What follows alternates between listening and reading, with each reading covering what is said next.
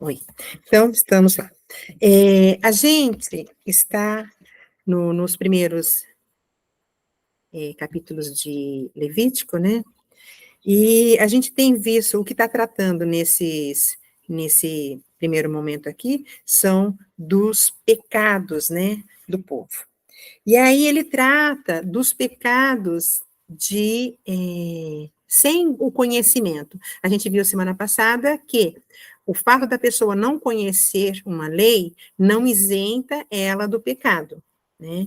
É, não isenta ela das penas da lei. Agora, essas penas da lei podem ser agravadas pela forma que ocorre, né? Por exemplo, um crime. Se a pessoa cometeu o crime, ele tem duas condições: é o crime doloso e o crime culposo. O crime culposo é aquele que a pessoa cometeu por um descuido, né? Cometeu sem saber, mas é um crime, não deixa de ser crime. E o crime culposo, ele tem um peso maior, ele tem uma pena maior, porque a pessoa arquitetou, a pessoa sabia o que ela estava fazendo, e fez mesmo assim, né? Então, a Bíblia também trata com diferença os crimes, vamos dizer assim, os crimes dolosos e os crimes culposos. O crime doloso é aquele em que a pessoa arquiteta, né? E aí, quando Deus, aqui no capítulo 5, 6, 4, né, vem tratar disso, Deus fala que a pessoa, ela descobriram, né, que ela pecou, mas ela pecou sem saber, depois veio à tona, né, descobriu-se que aquilo que ela fez era pecado. Então, aquilo ali, ela vai oferecer o sacrifício pelo pecado, ela vai se arrepender de ter feito e vai oferecer o sacrifício. Então, os capítulos até os 5 vem tratando disso, trata de relacionamento também entre as pessoas, né? Nós paramos na semana passada no versículo 3 do capítulo 6. Olha só. Ou que achou o perdido e o negar com falso juramento, quer dizer, aqui vem tratando de, você encontrou alguma coisa que não era sua, alguém perdeu. Se ficar manifesto que alguém perdeu, então a pessoa sabe que existe o dono apareceu, ela tem que devolver, né? E é para ela devolver, não é para ela devolver com recompensa. Vamos ler lá, capítulo 6, versículo 1. Falou mais o Senhor a Moisés, dizendo: quando alguma pessoa pecar e transgredir contra o Senhor e negar ao seu próximo o que se lhe deu em guarda, ou que depois na sua mão, ou o roubo com o que o retém violentamente ao seu próximo, ou o que achou perdido e o negar com falso juramento, ou se fizer alguma outra coisa de todas em que o homem costuma pecar. Será, pois, que, porquanto pecou, ficou culpada, e restituirá o roubo que roubou, ou o retido que reteve violentamente, ou o depósito que lhe foi dado em guarda. Então, ela vai devolver aquilo e ainda vai acrescentar, não vai ficar só na devolução, né? Ela fez alguma coisa, e aí ela já fez com intenção, e ela vai devolver com o quinto do valor daquilo. E a sua expiação trará ao Senhor. Então, ela vai se retratar com o próximo, ela vai devolver, né, aquilo que não era dela, mas também ela vai ter uma ação com o Senhor, porque foi pecado, né? Ela pecou, ela transgrediu uma lei, sabendo ou não, ela transgrediu, e ela vai ter que fazer o sacrifício, a expiação por ela diante do Senhor.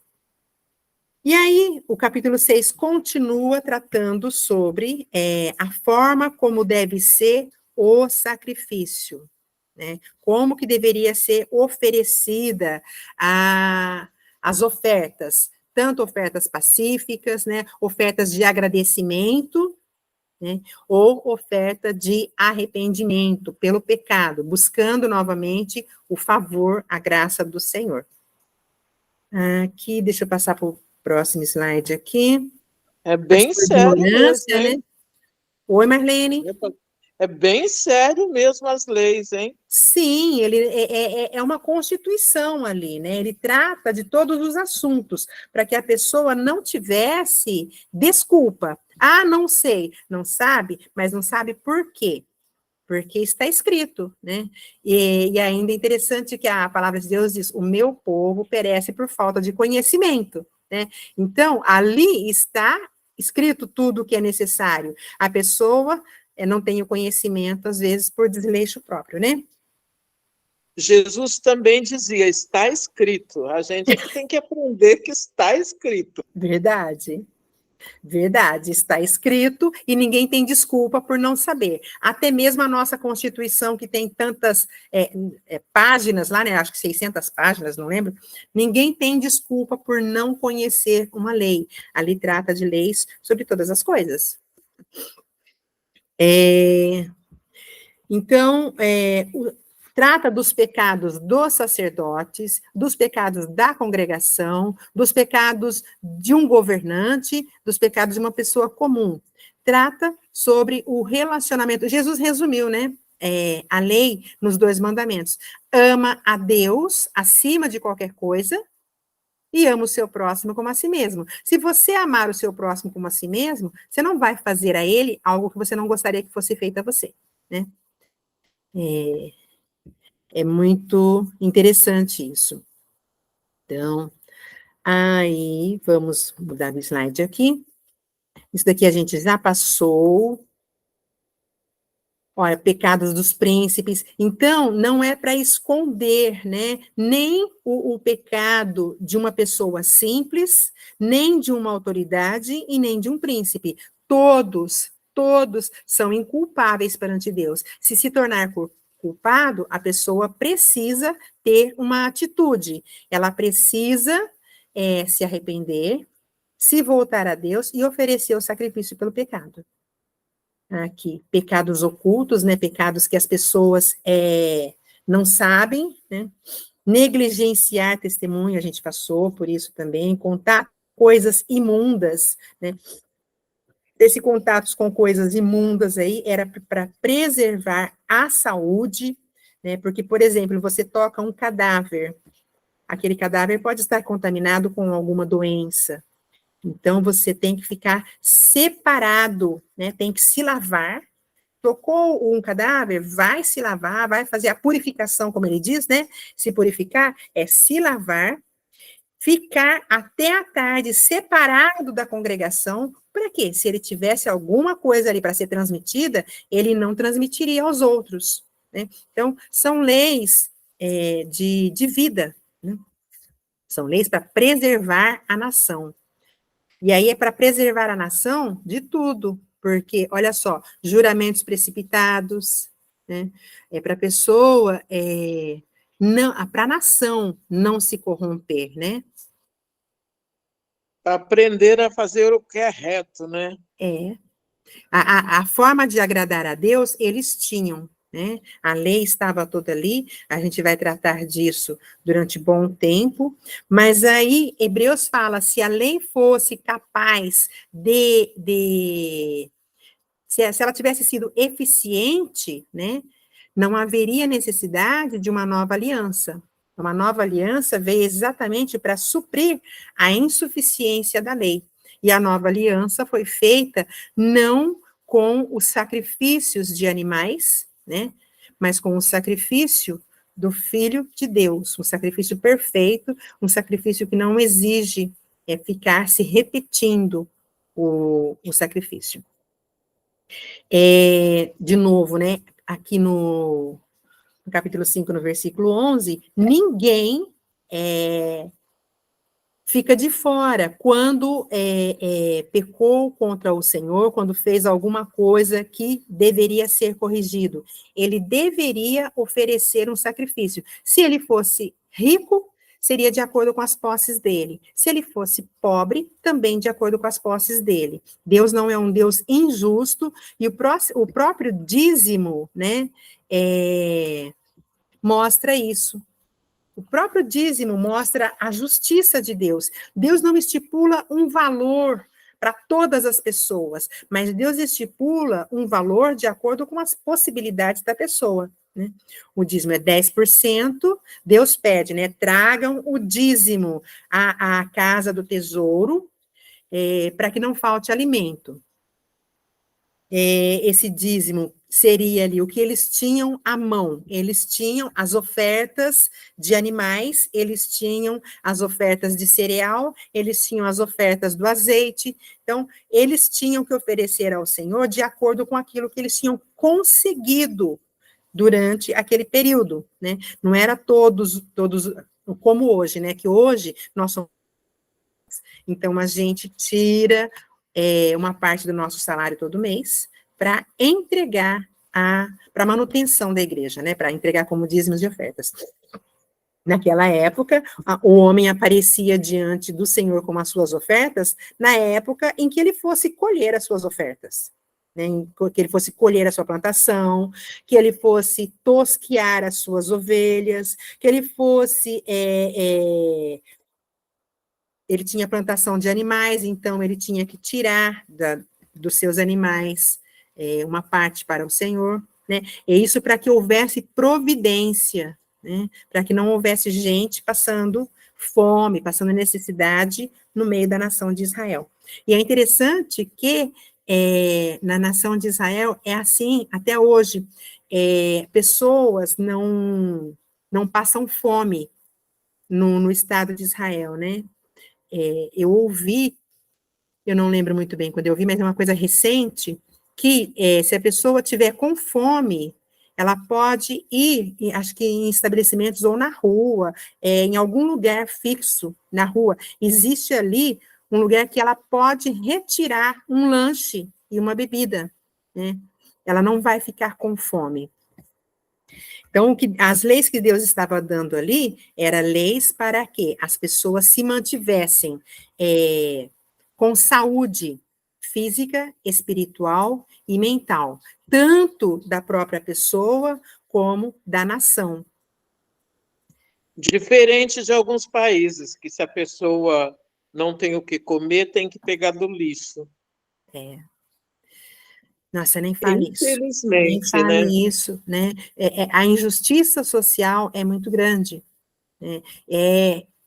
As pessoas não se importam, e as leis são injustas. Eu estou lembrando aqui das leis da vindima, né? Quando era a época da colheita, Deus deu a ordem de que não era para se colher tudo, né? Era para deixar, porque normalmente nas colheitas as pessoas passam, né? Fazem a colheita e depois rebuscam, né? Passam novamente. Deus falou: não, passa, não rebusquem, não revindimar, não lembro agora o nome. É o Mas caso era de pra... Ruth, né? Hã? O caso de Ruth. Desculpa, Marlene, não entendi. É o caso de Ruth, que pegava as Isso, espigas que sobravam. exatamente. Boaz estava cumprindo ali uma ordem, né? Quando a Noemi fala para Ruth ir rebuscar nas vindimas aquilo que havia sobrado. Por quê? Exatamente para isso foi que Deus falou, para que os pobres da nação não ficassem sem nada, né? Para rabiscar, né? Desculpa, Maria. Como é que é, Maria? Rabiscar. O que ficava era para os órfãos, para os viúvos, né? Para os estrangeiros, né? E isso era para os pobres da nação, para que eles não ficassem. Era rebuscar. Rebuscar. Rebuscar? Isso, é rebuscar. Isso.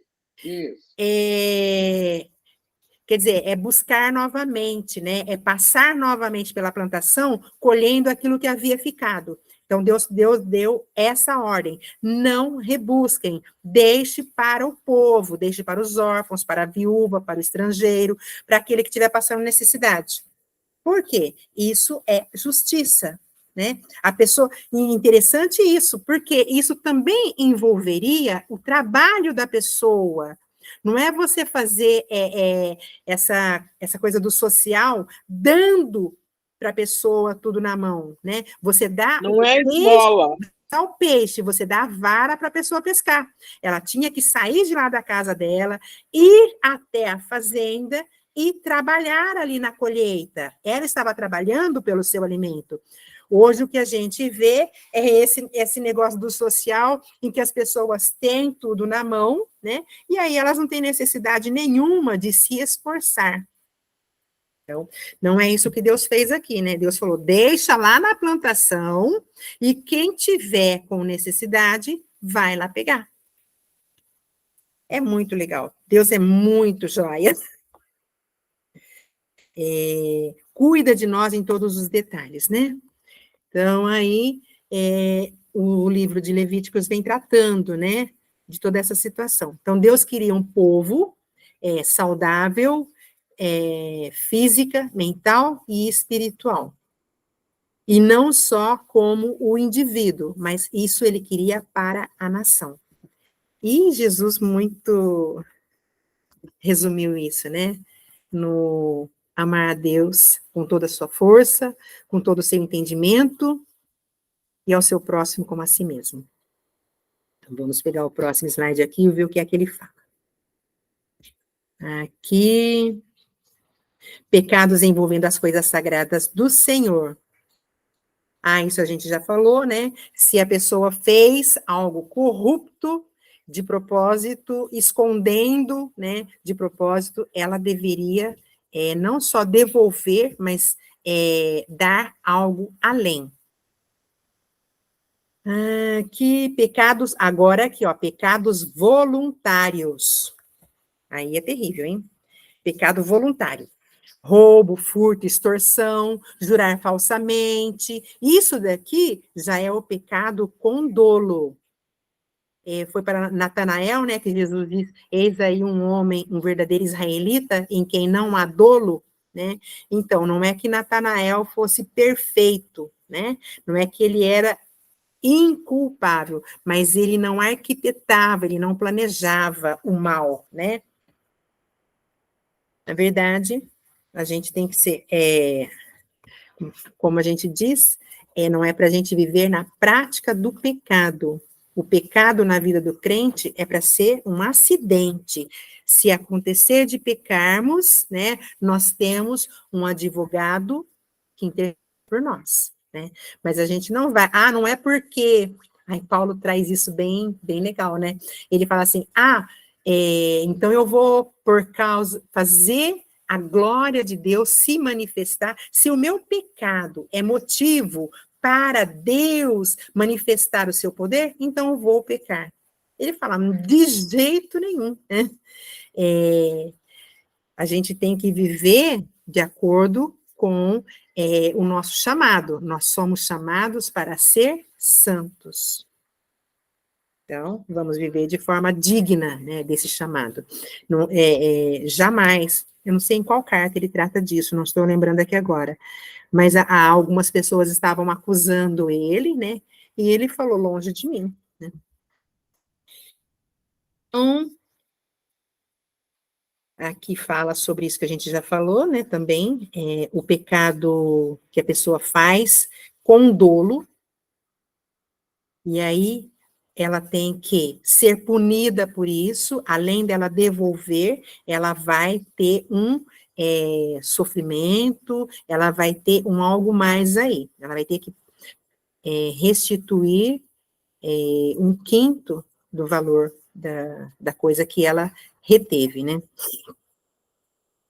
Opa! Aqui... Então, ele vem repetir um pouco aqui. Nesses livros de Levíticos, no Deuteronômio, a gente vai ver bastante coisa repetida, né? Isso daqui, como a gente já disse, era proibido para o israelita. Ele não deveria comer a carne com sangue, a carne sangrenta aqui desse jeito, nem pensar. E nem com essa gordurinha gostosa aqui que tem no contrafilé, que a gente gosta tanto, né? Por que será? Eu não sei se era por causa do momento que eles estavam vivendo ali, né, no deserto, né, dos perigos de transmissão de doença, porque quando a gente faz um churrasco, não sei se vocês já repararam, o que se chega de mosca, se você não ficar vigilante, a mosca pousa na carne, né? E ela pousa na carne e ela vai colocar os ovos dela ali. Então, é foco de transmissão de doenças. A carne que o israelita come ainda hoje é uma carne mais dura, é uma carne esbranquiçada, não é uma carne vermelhinha assim, não.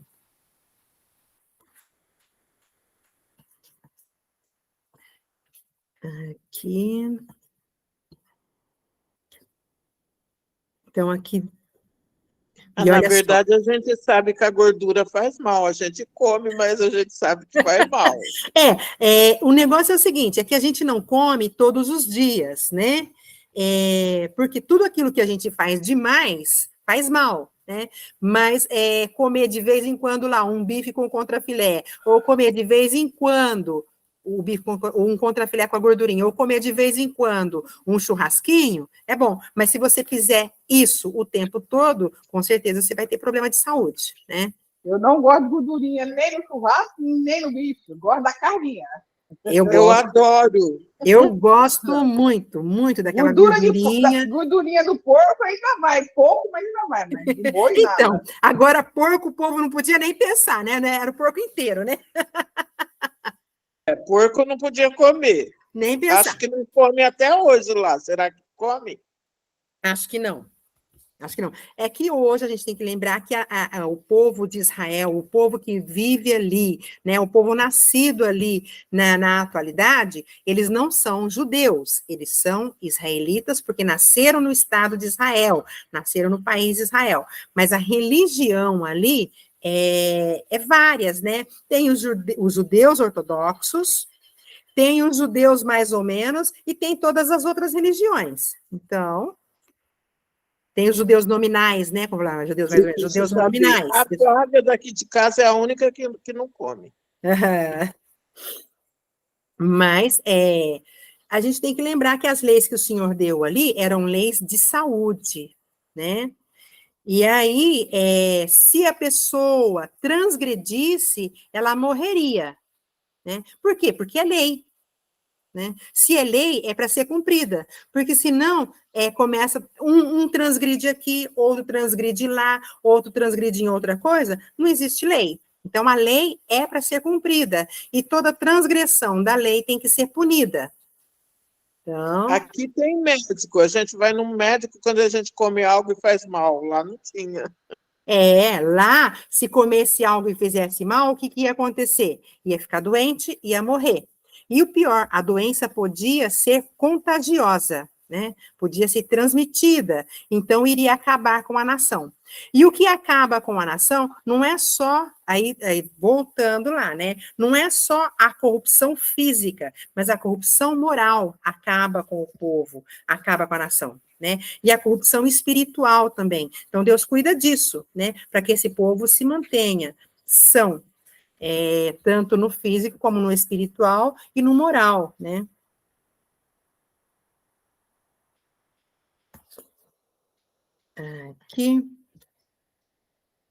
Aqui continua. Aqui a justificativa, né? E aqui, gente, olha só, quando o testemunha de Jeová, ele fala que a gente não deve comer, fazer transfusão de sangue, né? Olha aqui uma distorção, né? Aqui está escrito que a gente não deve comer sangue, né? Porque a vida está no sangue. O que quer dizer que a vida está no sangue? Pode ser que os micro-organismos estejam no sangue, né? Então, não comer, porque tem coisas ali que a gente também não está vendo. E também tem a vida nossa mesmo, né? Se não tiver sangue, a gente não está vivo. Então, Deus está dando essa ordem lá para não comer. E isso era para não matar.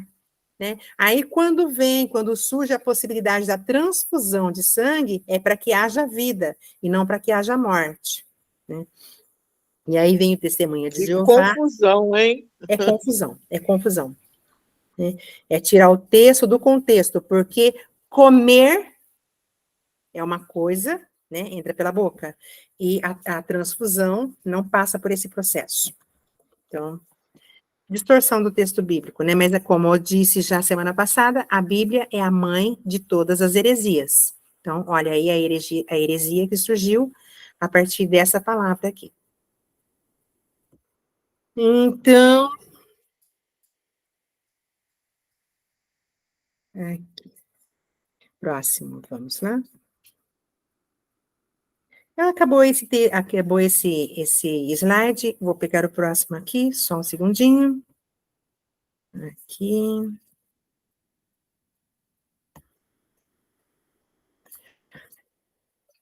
Slide 22, ele vai ter algumas repetições, né? Vamos até lá. Cadê Marcela? Está não aparecendo, assim como Tô você. aqui, Ah, escondida aqui. Vocês não vão aparecer, eu não apareço. É verdade, vocês não aparecem, né? Só aparece, só aparece eu. Ou é? aparece a pessoa. Marlene, Não, Só não, aparece aparece quando quem está fala. falando, né? Só aparece quem está falando. ah, tá. Vocês podem ver os vídeos, só aparece quem está falando. Compartilhar, aqui, esse daqui. Compartilhar. Vamos lá, aqui. Olha lá, vamos de novo. Opa, aqui. Ah, ele já voltou direto. A porção dos sacerdotes.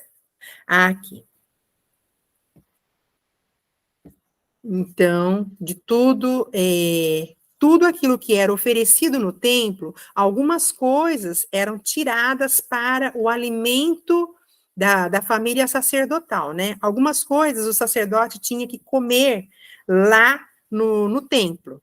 Não era para ser jogado fora e não era para sair daquele ambiente de sacrifício. Mas algumas coisas era para que fosse levada para a família dele, né? O sacerdote queimará a gordura no altar, mas então a gordura, ele não é para ele comer, tá vendo? As gorduras e o sangue, né? O sangue seria usado para aspergir, para fazer a expiação, né? A coxa direita do animal morto, como oferta de paz, será do sacerdote que oferece a Deus o sangue e a gordura do animal. Capítulo 7, versículo 31.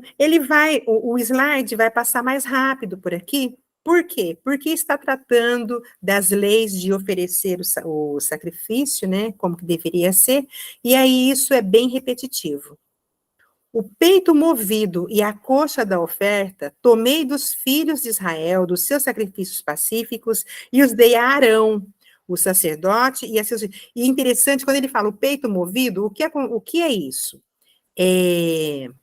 O sacerdote vem e apresenta a Deus, move, né? Como se estivesse oferecendo a Deus, né? E aí ficou isso para memorial, e aí aquilo vai ser para alimento dele e da família dele. Mas ele apresentou ao Senhor. O que estava acontecendo quando os filhos de Levi? Não foi Levi, esqueci agora o nome do homem. O sacerdote, lá da época de Samuel. Nossa, esqueci agora, deu branco na minha cabeça. Deixa eu ver. Eli, isso, o sacerdote Eli. Os filhos do sacerdote Eli, eles estavam tirando as ofertas, pegando para eles, antes de se oferecer ao Senhor. Olha só. E isso estava deixando as pessoas muito bravas. Por quê? Porque as pessoas sentiam que elas não estavam saindo dali justificadas perante o Senhor, né? Por quê? Porque o sacrifício que elas levaram não chegou até o Senhor. Isso estava causando revolta no povo. E em Deus também. Com certeza, porque Deus viu a iniquidade daqueles que deveria ser o exemplo da nação, né? Eles estavam corrompendo a nação. Eles deveriam ser o exemplo e eles estavam corrompendo a nação. Então, o sacrifício aí teria que ser apresentado ao Senhor, né? Só apresentado ao Senhor nesse caso aqui, e aí retirado para ser o alimento da família sacerdotal.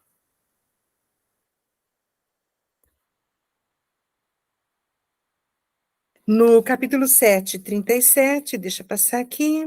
Opa.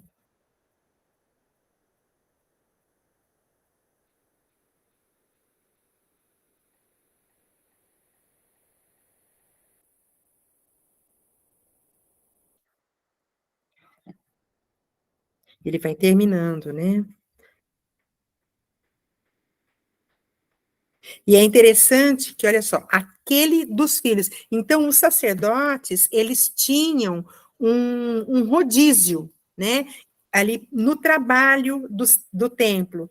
Então, aqui no versículo 33 do capítulo 7, diz assim, ó, aquele dos filhos de Arão que oferecer o sangue do sacrifício pacífico e a gordura, este terá a espada à direita por sua porção. Então, o sacerdote também tinha que trabalhar para ele ter o seu alimento, né? Ele deveria, se ele não trabalhasse, se ele não fosse ali cumprir o seu período no templo, ele não teria o alimento. Então, para que ele tivesse o alimento, ele teria que oferecer o sacrifício. Aí,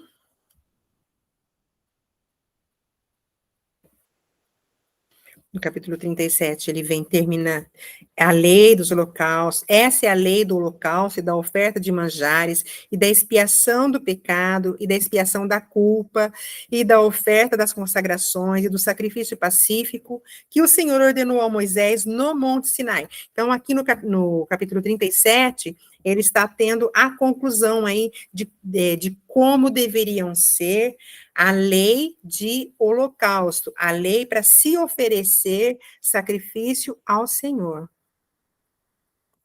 E aí, no capítulo seguinte, no capítulo 8, ele vem para a consagração de Arão. É interessante que a gente está repetindo aqui algumas coisas que foi do final do capítulo do livro de Êxodo. Por quê? Porque a gente tem que lembrar que em Êxodo, Deus estava falando para eles fazerem, dando todas as orientações de como deveria ser feito.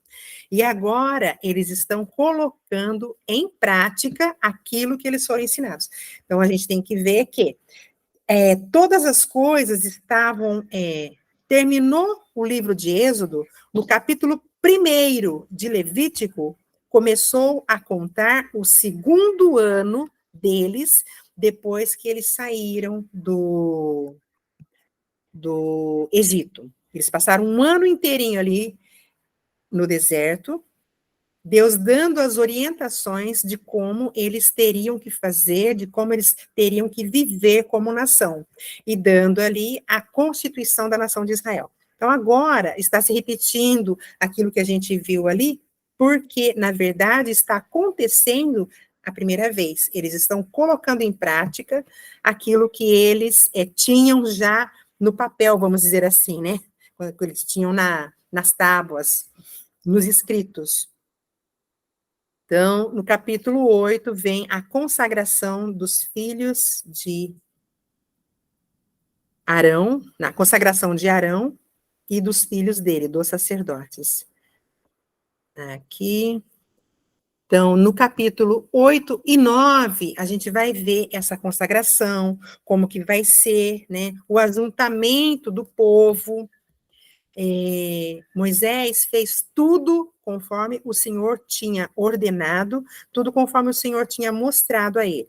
Então, todo o povo se ajuntou ali na porta da congregação, e ele começou o primeiro ritual de vestir Arão e os filhos dele.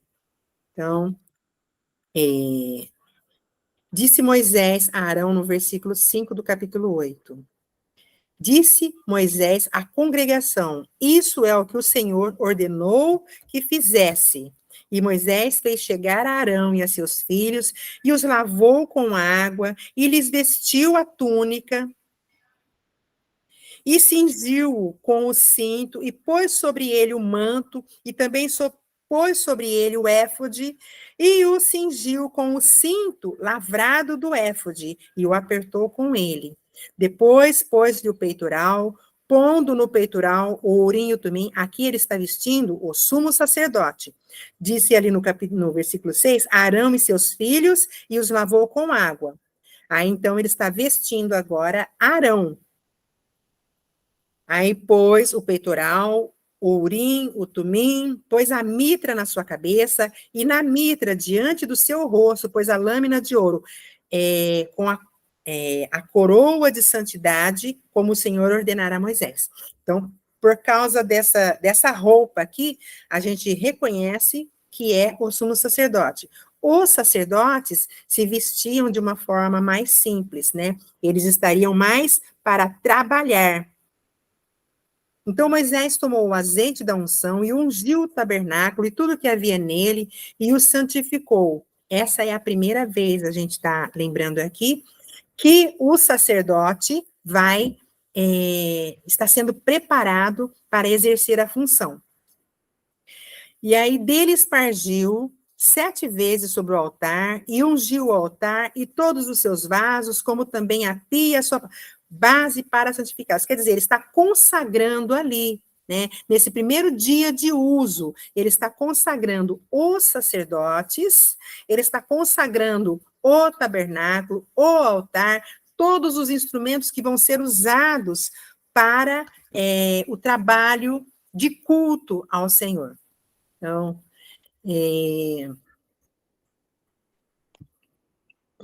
muito lindo isso. E toda a congregação vendo. Ô, Ângela, Oi.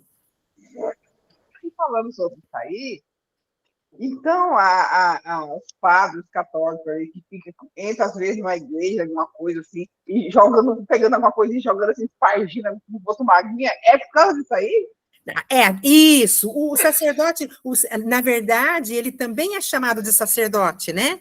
O sacerdote católico, ele é chamado de sacerdote. É que esses dias eu estava na Unicamp, se eu não me engano, acho que foi segunda-feira agora, e falou lá numa igreja lá que não sei se o povo tinha depesado, entrado, roubado, sei lá o que foi, e estava fechado e estava inaugurando.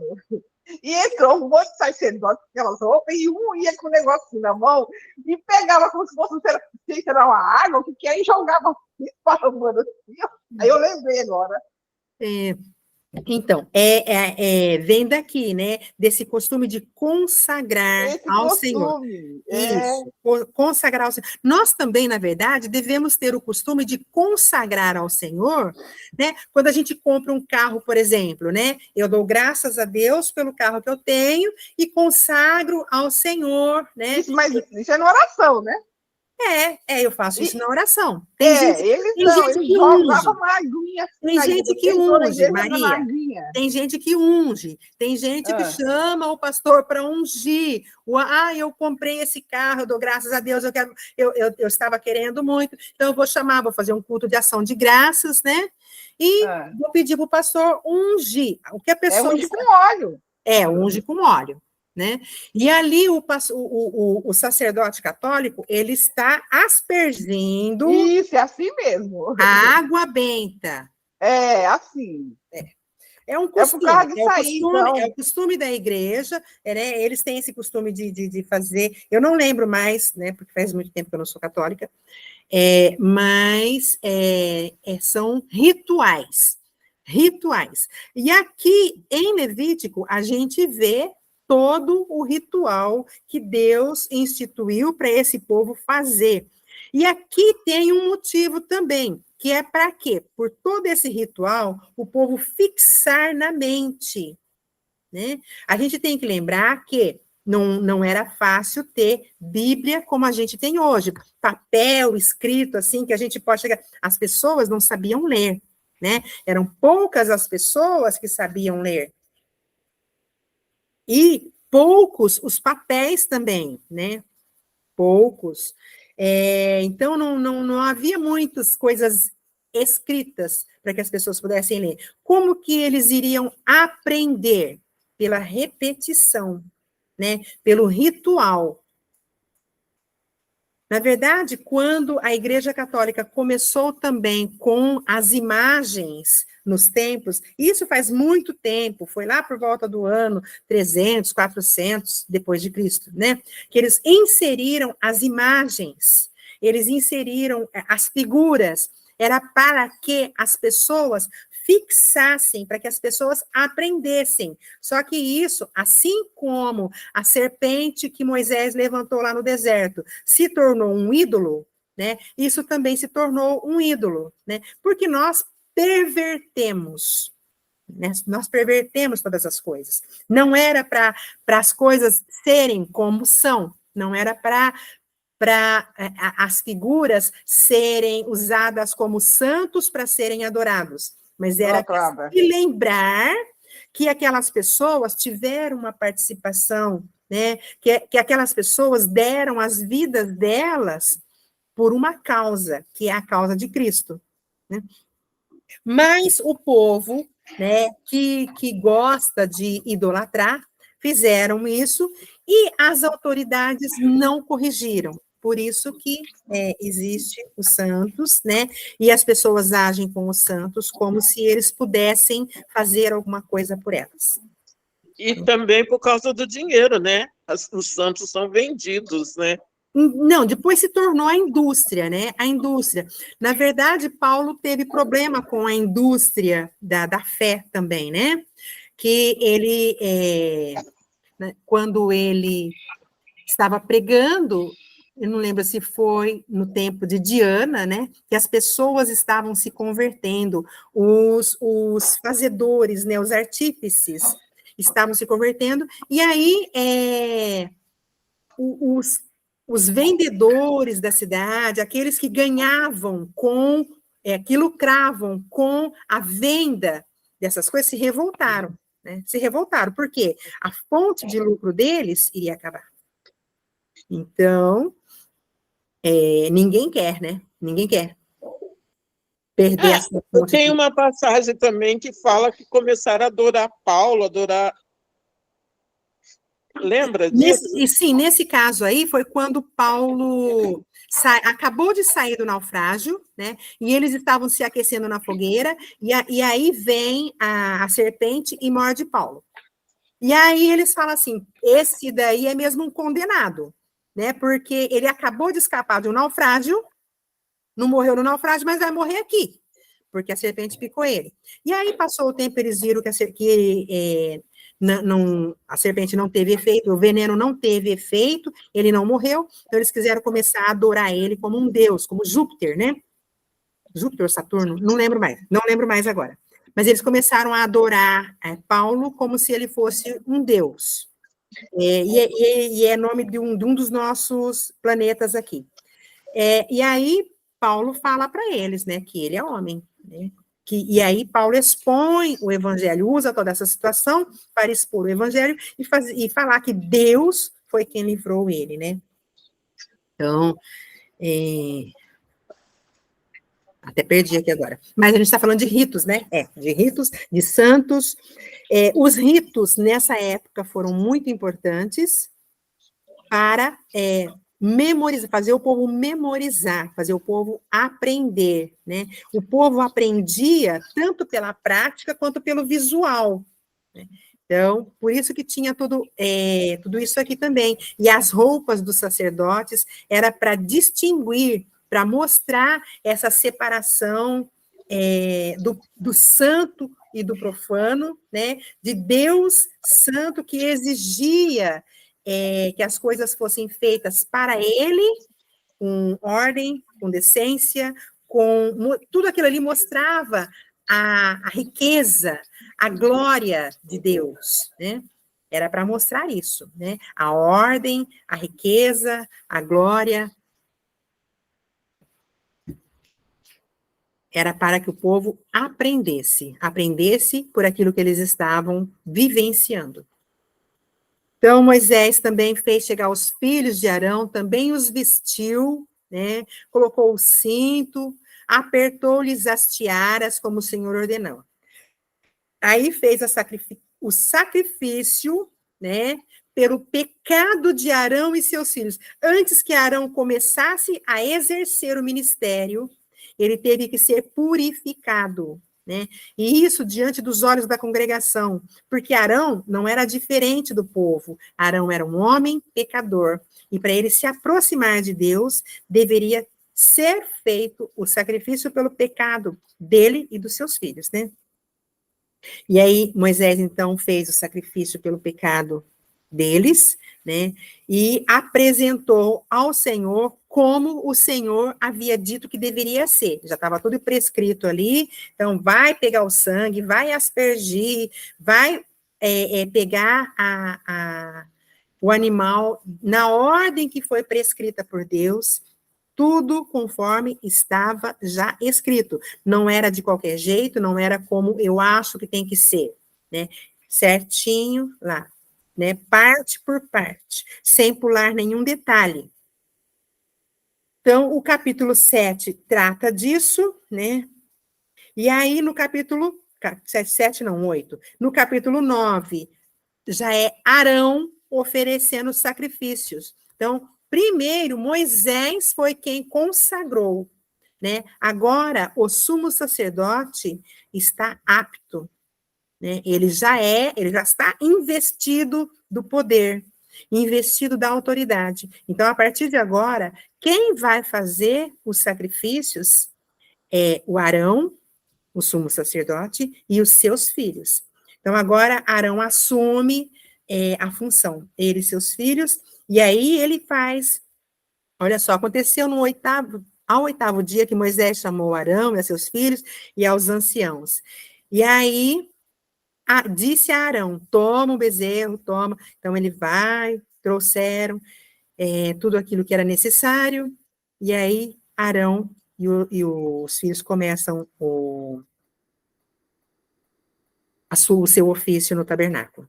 E aí, no capítulo 10, vai acontecer alguma coisa muito interessante. Vamos lá para a gente ver. A morte de Nadab e Abiú. Viu, Ângela? Oi. E nesse caso aí, Moisés fez tudo isso, passou tudo para o Arão e o filho. E Moisés exerceu o quê?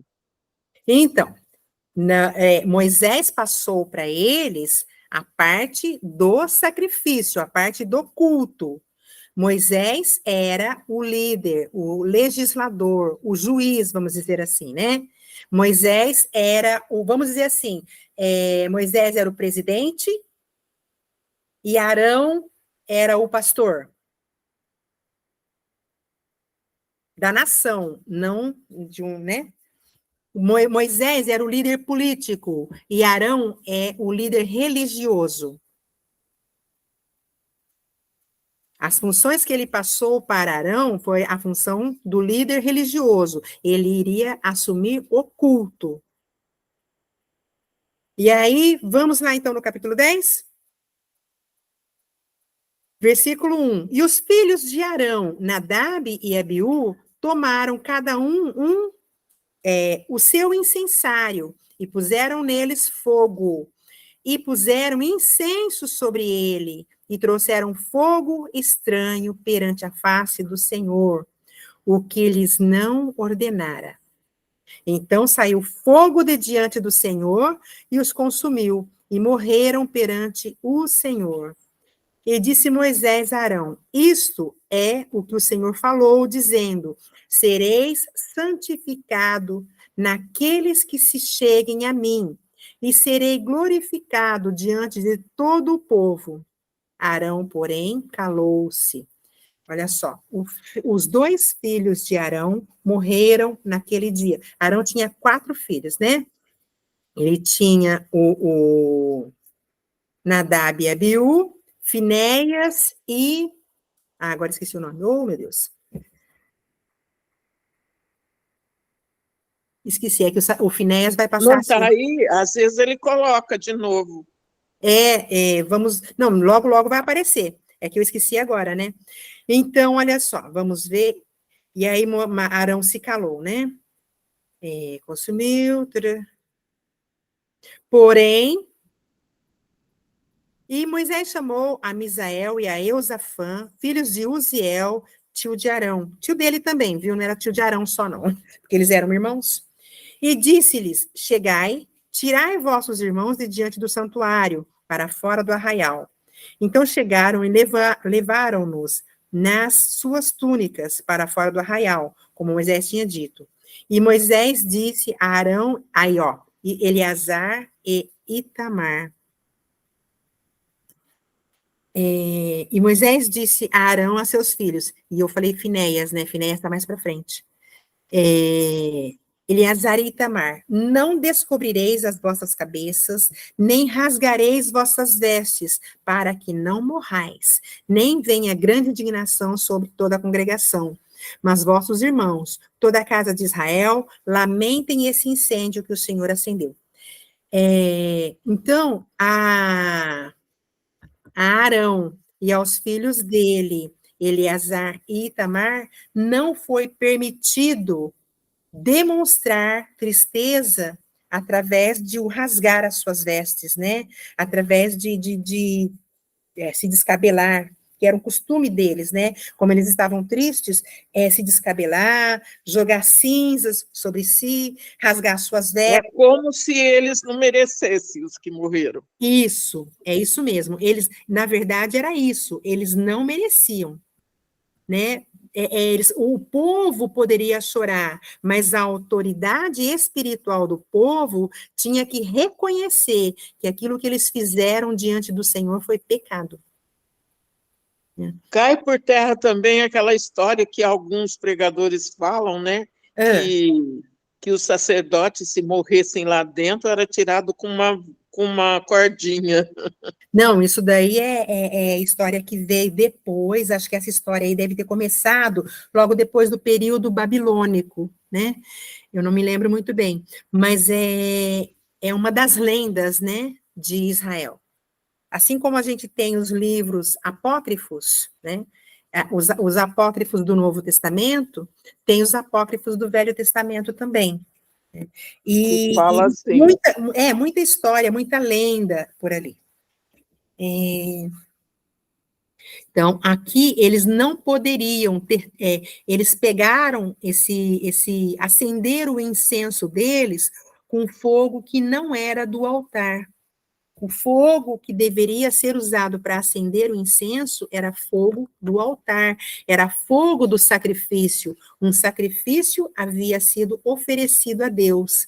E ali, naquele sacrifício, a fumaça do incenso subiria agradável a Deus. Né? Então, não tinha havido nenhum sacrifício. Eles pensaram que eles podiam chegar e oferecer sacrifícios a Deus, se proceder no santuário da forma que eles quisessem. E não, Deus mostra que não, né? Não é da forma que a gente quer, não é de qualquer jeito. E depois, mais para frente, a gente vê praticamente a mesma história se repetindo ali com Davi e com Uzá, né?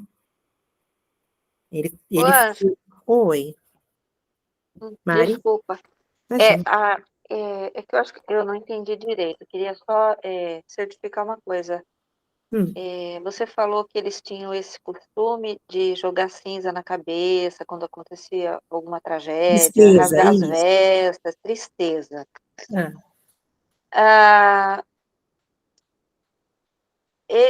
Essa atitude dele era de arrependimento pelo que fizeram ou porque não estavam expressando a tristeza, não necessariamente um arrependimento, né? Ali é a forma, cada povo tem a sua cultura, tem a sua forma de manifestar alegrias e tristezas. Por exemplo, o povo japonês, ele é muito contido, né? Então, você nunca vê esse povo sorrindo. Sim, a minha pergunta é, por quê? toda vez que eu leio na Bíblia, né, esses episódios assim, da pessoa rasgar suas vestes, jogar cinza na cabeça, né? Se ajoelhar, colocar o rosto na terra, o rosto no chão, eu tenho a impressão que essa pessoa está arrependida diante de Deus. Uhum.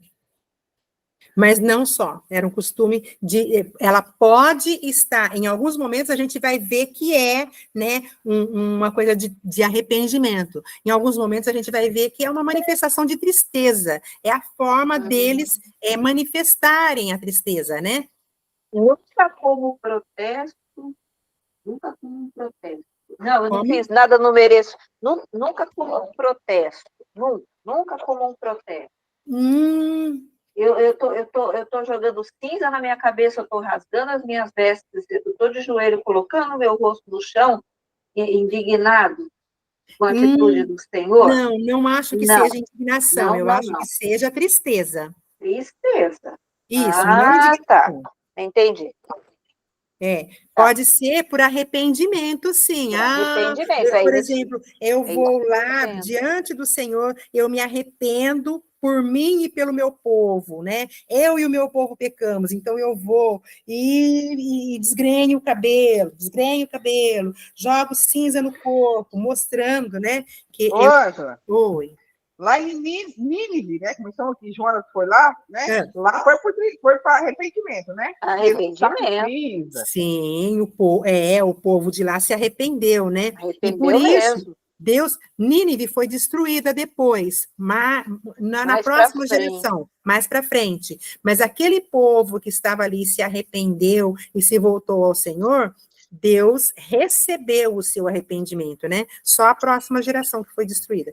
Nínive, se não me engano, era a capital da Síria, né? Que foi aquele povo grande, poderoso, forte, que destruiu a nação do norte, que destruiu Israel. Então, e agora nessa situação do Nadab e Abiú, quem era lá da comitiva lá, da adoração ao Senhor, Deus falou aqui, vocês não vão chorar porque isso. E o povo... O povo poderia, mas quem não poderia eram os líderes religiosos. O Arão, que era o pai dos rapazes que foram mortos, né? E apesar de ele ser pai, ele deveria mostrar que ele honra mais a Deus do que os filhos. Que nem aquela passagem lá do Davi, eu não me lembro se o Davi começou a rasgar as vestes e tal, quando mataram Absalão. Ele ficava, Absalão, meu filho, Absalão. Eu não me lembro se nessa passagem... Não, ele só estava triste, né? Ele não mostra ele rasgando as vestes dele, não. Mostra ele mesmo meio desesperado, né? Meio desesperado, andando para lá e para cá. E aí o Joabe tem que chegar e dar presta atenção nele, né? Presta atenção aí, ó. O pessoal lutou por você, né? E você está mais preocupado. Tá certo. Não, eu entendi, sim. Porque, inclusive, eu não me lembro de passagem nenhuma de alguém em protesto, achando que não merecia aquele castigo, fazendo isso. Não, é sempre arrependimento, tá bom? Ficou claro para mim. E, na verdade, quando Deus exerce juízo, quem pode dizer que não merece, né? Ele apresenta, ele não... Com certeza. Ele não dá o julgamento sem falar o motivo, sem falar a causa, né? Mas aqui o importante é a gente ver, né? Os filhos do sumo sacerdote pecaram contra Deus e o sumo sacerdote e os irmãos deles, que eram as autoridades religiosas ali já constituídas, não puderam manifestar tristeza, né? Tiveram que dizer, tipo assim, não, eles estavam errados mesmo, eles mereceram o castigo, porque Deus é justo, Deus é bom, né? E se Deus deu esse castigo para eles, foi porque eles mereceram. Se eles acabassem se rasgando ali as suas vestes, mostrando tristeza, eles estariam mostrando ao povo que Deus era um Deus injusto. Né? E Deus havia punido aqueles rapazes ali sem necessidade. Então, o povo poderia até chorar, mas eles não. Eles, como autoridade religiosa, tinham que mostrar, não, Deus tem razão. né? Eles pecaram, eles se insurgiram contra Deus. Gente, no dia anterior ali, vamos dizer, né, pouco tempo antes ali, eles tinham sido consagrados à autoridade do povo. Deus elevou eles a uma posição muito de destaque, né? Eles foram escolhidos dentre toda a nação para estar representando o povo diante de Deus. E aí eles vêm como se eles fossem alguma coisa, né? Que fazer do jeito que Deus quis, nada, né? Como exatamente. Está se rebelando. Quem Deus pensa que é? Eu vou fazer aqui do meu jeito e tudo bem. Eles foram bem treinados por Arão. Sim, eles foram Agora, bem treinados. Eli levou o dele também de Deus, né? Por quê? Porque Eli também, pelo amor de Deus, né? Ele era relaxo. Ele ouvia o povo falando dos seus filhos e ele não tomou uma atitude. Ele não tomou uma atitude. Ele deixou os filhos continuarem naquela prática maligna, né? Como os filhos eram a autoridade religiosa e os filhos estavam corrompidos e corrompendo a nação, né? Os filhos estavam se prostituindo também. Uhum. Eles eram casados e eles estavam se prostituindo, se corrompendo sexualmente. Não? Gente, já são 5 e 5. Acabou o nosso tempo. A gente ficou aqui com Nadab e Abiú. Glória a Deus. Glória a Deus. Bênção. Qual o versículo? É o capítulo 10, versículo... Do versículo 1 até o versículo 7. Bom, a gente volta ali no versículo 7. Eu vou marcar aqui o versículo 7. Então, glória a Deus, aprendemos novamente, né, que Deus é Deus, né, Deus é bom, Ele nos dá leis boas para a nossa saúde física, mental e espiritual, e nós não podemos nos achegar a Ele de qualquer jeito, e nós não podemos servi-lo de qualquer jeito, do jeito que a gente acha, mas Ele estabeleceu regras específicas. E agora, isso ali para aquele povo. E agora, nós temos Jesus, né, que Ele cumpriu. Hoje a gente não mais vive oferecendo sacrifícios. Hoje nós não temos mais uma pessoa que está entre nós e Deus, né? Hoje nós temos o Jesus, o nosso sumo sacerdote, né? E por ele nós temos acesso a Deus. O véu do templo se rasgou. Glória a Deus. Então, não precisamos mais de um sumo sacerdote que faça sacrifícios por nós, né? Jesus já se ofereceu como sacrifício perfeito. Glória a Deus. Deus abençoe vocês. Até semana que vem, se Deus quiser. Para de gravar. Amém.